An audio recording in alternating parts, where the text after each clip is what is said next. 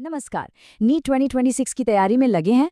तो फिर admit card को डाउनलोड करने से लेकर उसे वेरीफाई करने तक की पूरी प्रक्रिया को समझना आपके लिए बहुत बहुत ज़रूरी है। चलिए आज इस पूरे प्रोसेस के हर स्टेप को एकदम आसान भाषा में समझते हैं। तो सबसे पहले उस कन्फ्यूजन को दूर करते हैं जो लगभग हर एस्पिरेंट को होता है। क्या सिटी इंटीमेशन स्लिप ही आपका एडमिट कार्ड है? देखिए, इसका सीधा सा जवाब है नहीं। आइए समझते हैं कि इन दोनों में आखिर फर्क क्या है और दोनों इतने जरूरी क्यों हैं। आज हम इस पूरी प्रक्रिया में स्टेप बाय स्टेप आगे बढ़ेंगे। सबसे पहले बात करेंगे प्री एडमिट कार्ड स्टेज की। फिर देखेंगे कि अपना ऑफिशियल पास कैसे डाउनलोड करना है, उस पर क्या-क्या चेक करना ज़रूरी है, अगर कोई गलती हो जाए तो उसे ठीक कैसे करवाना है, और आखिर में एग्जाम के दिन के सभी ज़रूरी नियमों पर भी बात करेंगे। तो चलिए पहले चरण से शुरू करते हैं, प्री एडमिट कार्ड फेज। ये समझना बहुत ज़रूरी है कि एनटीए दो अलग-अलग डॉक्यूमेंट्स क्यों जारी करता है, ताकि एग्जाम के करीब आने पर कोई भी कंफ्यूजन न हो। इसे बिल्कुल आसान शब्दों में समझते हैं। सिटी इंटीमेशन स्लिप ये बस आपकी ट्रैवल प्लानिंग के लिए है। ये आपको एडवांस में बता देती है कि आपका सेंटर किस शहर में है। लेकिन, और ये बात गांठ बांध लीजिए, ये आपका हॉल टिकट नहीं है। एग्जाम हॉल में एंट्री के लिए आपको ऑफिशियल एडमिट कार्ड ही चाहिए होगा, जिसमें सेंटर का पूरा पता और रिपोर्टिंग टाइम जैसी सारी डिटेल्स होती हैं।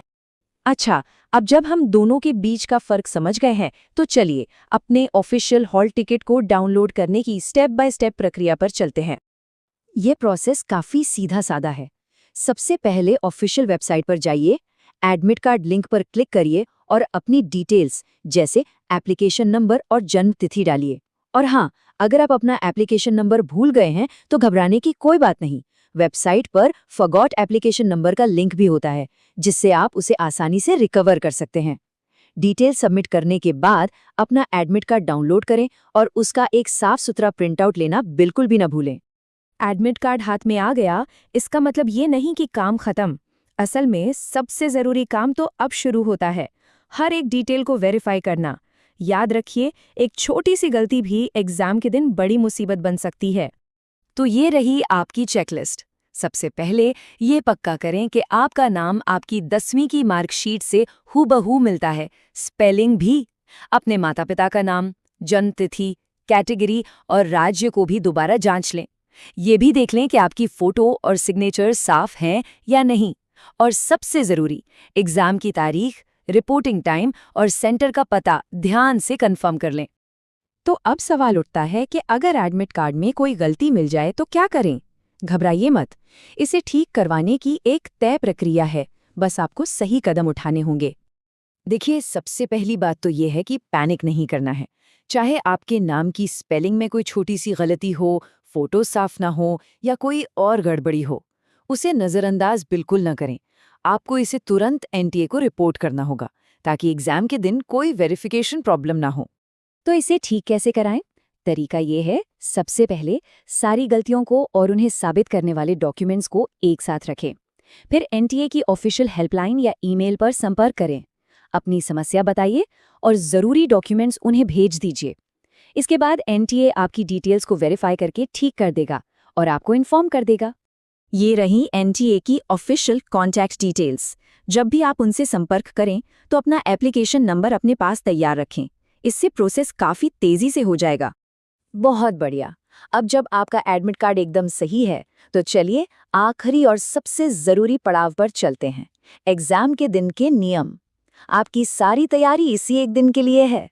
एनटीए का ड्रेस कोड काफ़ी सख्त है, इसलिए इन गाइडलाइंस को फॉलो करना बहुत बहुत ज़रूरी है। सादे और आरामदायक कपड़े पहनें। हल्के रंग की हाफ स्लीव टी शर्ट या शर्ट सबसे अच्छा ऑप्शन है। किसी भी तरह की ज्वेलरी, जूते या फैंसी एक्सेसरीज से बचें, ताकि चेकिंग प्रोसेस में कोई दिक्कत ना आए। ये एक बहुत ज़रूरी चेकलिस्ट है। अपने एडमिट कार्ड पर फोटो लगाना ना भूलें। आपको एक ओरिजिनल सरकारी आईडी प्रूफ भी साथ ले जाना होगा। ध्यान रहे, फोटोकॉपी बिल्कुल नहीं चलेगी। कुछ एक्स्ट्रा फोटो, एक पारदर्शी पानी की बोतल और हैंड सैनिटाइजर रखना भी एक अच्छा आइडिया है। अब बात करते हैं उन चीज़ों की जिन्हें आपको घर पर ही छोड़कर आना है।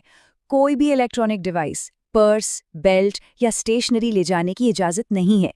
आपको एग्जाम हॉल में पेन दिया जाएगा, तो आखिरी मिनट की किसी भी परेशानी से बचने के लिए इस लिस्ट को ध्यान से देख लें।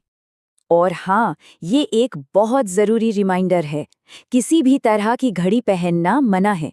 ये एक बहुत सख्त नियम है और इसमें कोई छूट नहीं है। समय का ध्यान रखने के लिए एग्जाम हॉल में दीवार घड़ी लगी होगी।